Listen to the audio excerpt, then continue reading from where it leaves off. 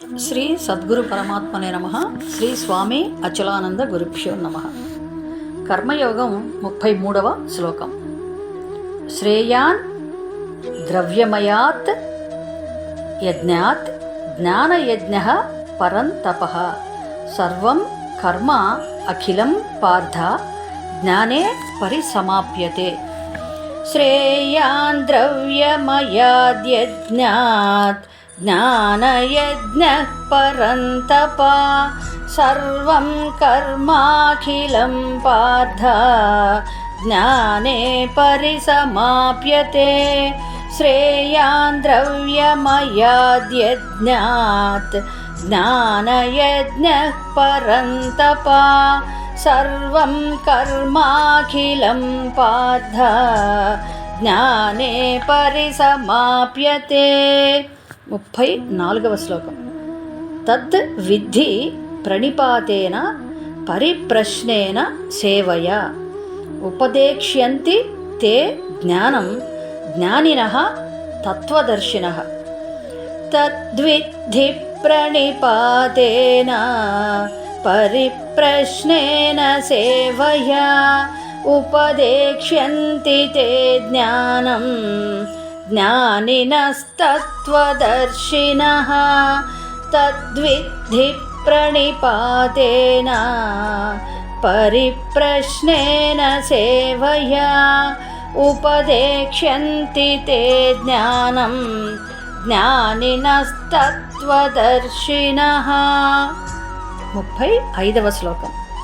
యత్ జ్ఞాత్వా న పునః మోహం ఏవం యాస్యసి పాండవ ఏన భూతాని అశేషేణ ద్రక్ష్యసి ఆత్మని అధోమయి.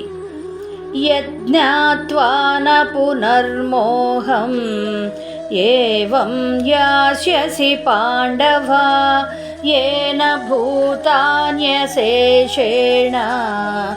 ద్రక్ష్యస్యాత్మన్యధోమయి. యజ్ఞాత్వా న పునర్మోహం ఏవం యాస్యసి పాండవ ఏన భూతాన్యశేషేణ ద్రక్ష్యస్యాత్మన్యధోమయి.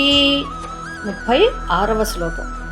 అపి చేదసి పాపేభ్యః సర్వేభ్యః పాపకృత్తమః సర్వం జ్ఞానప్లవేన ఏవ వృజినం సంతరిష్యసి. అపి చేదసి పాపేభ్యః సర్వేభ్యః పాపకృత్తమః సర్వం జ్ఞానప్లవేనైవ వృజినం సంతరిష్యసి. అపి చేదసి పాపేభ్యః సర్వేభ్యః పాపకృత్తమః సర్వం జ్ఞానప్లవేనైవ వృజినం సంతరిష్యసి. 37వ శ్లోకం. యథా ఏధాంసి సమిద్ధః అగ్నిః భస్మసాత్ కురుతే అర్జున జ్ఞానాగ్నిః సర్వకర్మాణి భస్మసాత్ కురుతే తథా.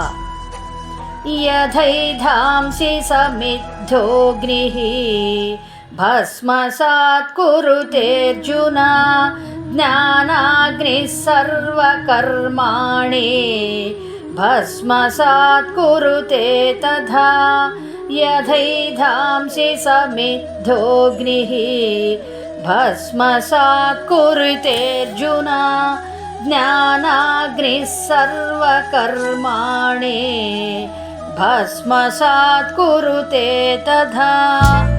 ఓం తత్సత్. జై గురుదేవ్.